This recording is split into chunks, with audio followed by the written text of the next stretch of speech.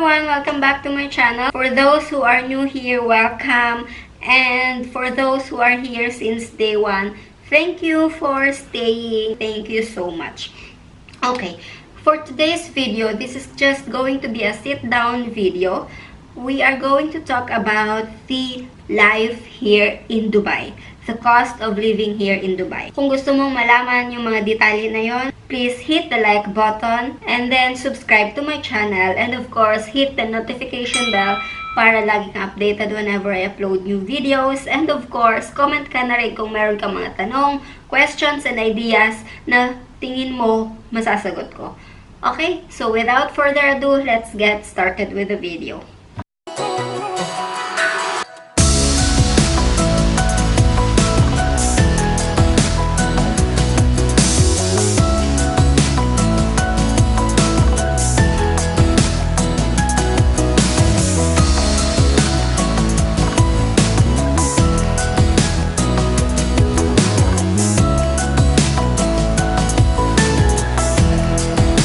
So first things first, I have been here in Dubai for 6 years. So I came up with this video because I think that 6 years is already enough time para naman ma-share ko yun sa inyo. Matakal ko rin kung meron kayong mga questions and agam-agam, or mga doubts. Basta kung meron man kayong mga gustong ma-clarify when it comes to Dubai. So, mong mag-Dubai, of course, unang-una mong iisipin kumusta ba ang cost of living sa Dubai. So, I will start off by, of course, telling you guys kung magkano ba ang 1 dirham as of today. Okay, so as of today, 1 dirham equivalent to 13.89 pesos. Okay? Ang cost of living dito sa Dubai, I would say na generally mataas. Bakit? Unang-una, I would say accommodation. Okay, of course, accommodation, that's your first issue pag gusto mong pumunta sa isang bansa or sa isang lugar, specifically here in Dubai. Maraming Pinoy dito, yes. Kahit mahirap ang mataas ang accommodation dito sa Dubai, maraming Pinoy. Bakit? Kasi maraming style ng accommodations or pabahay dito. Pag dumating ka dito, of course, kung wala kang kamag-anak, wala kang matitirhan, if you're all alone, of course, ang una mong mapupuntahan dito or ang una mong option ay bed space. Yan yung style na kung saan sa isang kwarto marami kayong mag-o-occupy. Minimum is like 4 or 5 kayo sa isang kwarto. So, depende pa yun sa kwarto na mahahanap mo. Kasi ang setup dyan, everyone, is yung mga bunk beds or yung double deck. So, kaya usually sinasabi ko na 4 kayo kasi dalawang double deck yung mag-o-occupy sa isang room.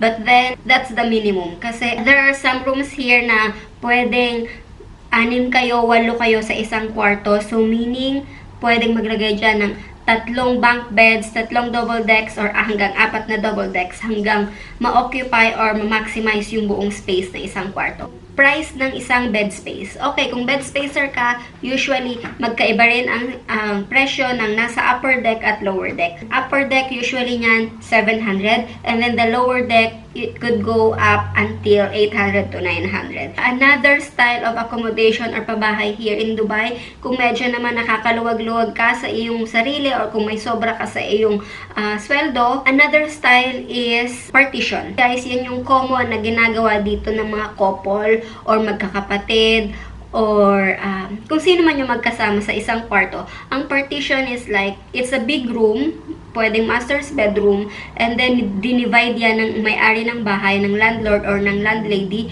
and then the division will be, dyan na magkakatalo yan, guys. Kasi may mga partition dito na closed partition and meron din namang hindi, which is like parang hindi abot sa ceiling yung partition. And then mostly ng partition ang gamit dito ay gypsum board. Kahit closed partition yan, maririnig mo pa rin yung nasa kabilang room or nasa kabilang kahati yung room. Pero closed partition is of course better than having no partition at all or having just the half partition. Kasi may mga partition na hindi umaabot sa ceiling. Yung kumbaga parang midway lang. So, ang concern mo dyan of course is yung privacy. So, maswerte ka kapag ang nakuha mong tirahan dito ay closed partition. So, I will just set an example. Like for me, when I arrived here in Dubai, space namin ni Balbo noon ay closed partition. We were renting a closed partition and we were paying 2,400 in a month. And that was like, ang setup namin was just may built-in cabinet, that's good. And then meron ng double size na bed. And then aside from that, we only had the one bedside table. And then paglabas mo, pagbangon mo, kaharap mo na agad yung pinto. And then on my right side, on our right side, that was the built-in cabinet. So ganun lang yung setup nun. Medyo rectangle lang siya. Tumataginting na 2,400 in a month. So medyo malaki yon. It's actually like 30,000 pesos. So, parang umuupa na kami ng condominium unit para lang sa isang partition. Para lang dun sa isang maliit na space na yun. So, paano yung magiging setup mo nun? Ikaw yung gagawa ng paraan, guys, kung paano ma-maximize at ma-utilize yung lahat ng space. So, what we did was, lahat na mga gamit namin, sapatos and everything, and luggages nasa ilalim ng kama. And then, yung nasa taas ng aming built-in cabinet, may space pa bago mag-ceiling. So, doon ko nilagay yung aming mga beddings, mga linens, if I'm not mistaken. So, dun, kailangan mo talagang i-maximize lahat ng space dito pag nandito ka sa Dubai. And of course, another style or another way of getting an accommodation or place here in Dubai is by renting your own room. So, dahil medyo mahal yung space talaga dito, pag hindi mo afford umupa o kumuha ng isang bahay and tingin mo kaya mo naman yung isang kwarto, malaking kwarto, then go ahead. You can rent your own room. Usually, ng mga rooms na yan, mag-i-start sa 3,000. I think yung 3,000 na yan, guys, hindi pa kasama yung toilet. And by the way, yung first two na sinabi ko sa inyong option, usually hindi talaga kasama dyan yung toilet sa inyo. May mga ka-share kayo sa toilet niyan. Kaya ang magiging problema mo dyan is yung pagpasok mo, kailangan dyan may schedule. Kayo na sa bahay mismo yung mag-aayos on how to use the toilet properly and accordingly. Pagdating sa room, usually nyan 3,000 dirhams pataas. Yung 3,000 yan, madalang lang yung room na makakakita ka na nandun na din yung toilet sa 3,000 dirhams. Meron kang matatagpuan, siguro 3,500 na kasama yung banyo. Yes, pwede yan, may chance yan. Another realistic example is yung current situation namin dito ni Balbon. Ako, for example, we are renting our own room. 3 years na kami, I think, if I'm not mistaken. To let you know, marami kaming gamit ni Balbon. We have the queen bed now, we have the sofa bed, we have a cupboard, we have one bedside table, we have the TV table, we have big mirror, may TV kami, may keyboard. Just to give you an idea, ganun kadami yung aming gamit and ganun kami kabalki. When we moved in here, we were renting 3,700 dirhams. Kasi as I have said, mahal talaga ang accommodation dito sa Dubai or ang bahay or ang space. So, that 3,700 for us was justifiable and we were happy. We were happy dun sa 3,700 na yun because we were comfortable. Yun lang naman yung after nating lahat, I think. Kapag feeling mo okay naman at kaya mo naman at may extra ka, why not move into a better and more comfortable place, diba? So, that's when we decided to get this place, to get this room, and then we were happy about it. And now, thankfully, we are now paying 3,400. So, guys, malaking bagay. So, thank you and shout out sa aming mabait na landlord kay Aldwin. Thank you very much.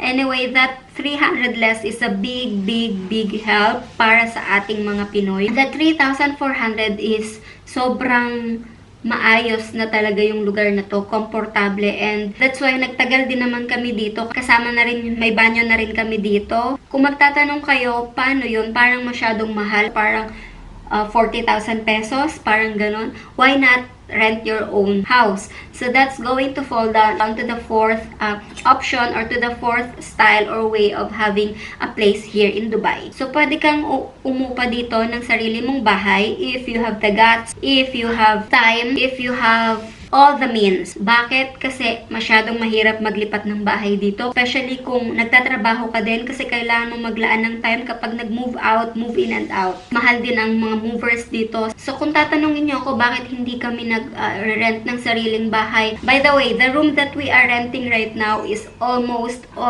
like a studio type. Ganon nakaluwag yung space namin ngayon. So yun yung isa sa mga reasons kung bakit hindi na rin kami nag-move out. Kasi we checked out before some studio rooms, some studio places, and then Turned out, mas malaki pa tong kwarto namin sa mga nakita namin. One factor is that yung mga murang bahay dito guys is hindi naman usually nakaset dito sa center ng Dubai. Usually niyan outside Dubai or malapit na sa palabas ng Dubai. That is the Sharjah area. Although malapit lang naman, mga 1.5 hours. But then again, kung tulad ko na wala kaming sasakyan, so we are staying here in the center of Dubai. Next is tubig, kuryente, internet. Internet, guys, usually naman yan ay kasama na yan sa binabayaran mong renta. Madalang lang yung mga setup ng mga ganong bahay na hindi kasama yung internet. Ang tubig at kuryente, guys, we are calling it here as DEWA, Dubai Electric and Water Authority. So, isa lang yung resibo niyan, guys. Maraming style ng mga paniningil ng mga landlord or landlady pagdating sa kuryente. Pwedeng kasama na rin yun sa babayaran mong renta. So, kung 800 yung bed space mo, kasama na yan dyan. And then, another style ng paniningil nila is, meron silang target or kumbaga sa isang bahay, usually mga 4 na kwarto, 3 kwarto, yung landlord nyo, may nakaset yan na parang allotted amount. Depende yan sa dami nyo, depende sa kwarto ng isang bahay. So, kapag nag-exceed kayo dyan sa allotted nyo na 2,000 or 2,500 na allowance para sa electric, that's the time that you guys are going to contribute or mag-aambag-ambag para dun sa sobrang amount ng inyong bill. So, kung 2,500 and then yung inyong bill is 3,000 dirhams in a month, but of course, this is just an example. It could go lower than that. So, magdadagdag kayo ng 500 from your own pocket. Kayong lahat ng mga tenant ng isang bahay ay magko-contribute for that exceeding amount. Another way is that what we have right now, dito sa bahay namin, totally nasa sa amin kung paano namin titipirin yung aming kuryente at tubig. Kasi we are dividing that bill all by ourselves. So, kung 7 kami dito sa bahay, 6 kami yung mag-ahati-hati dun sa bill na yon. Okay. Transportation. Guys, pagdating sa transportation, hindi ka magko-complain dito sa Dubai kasi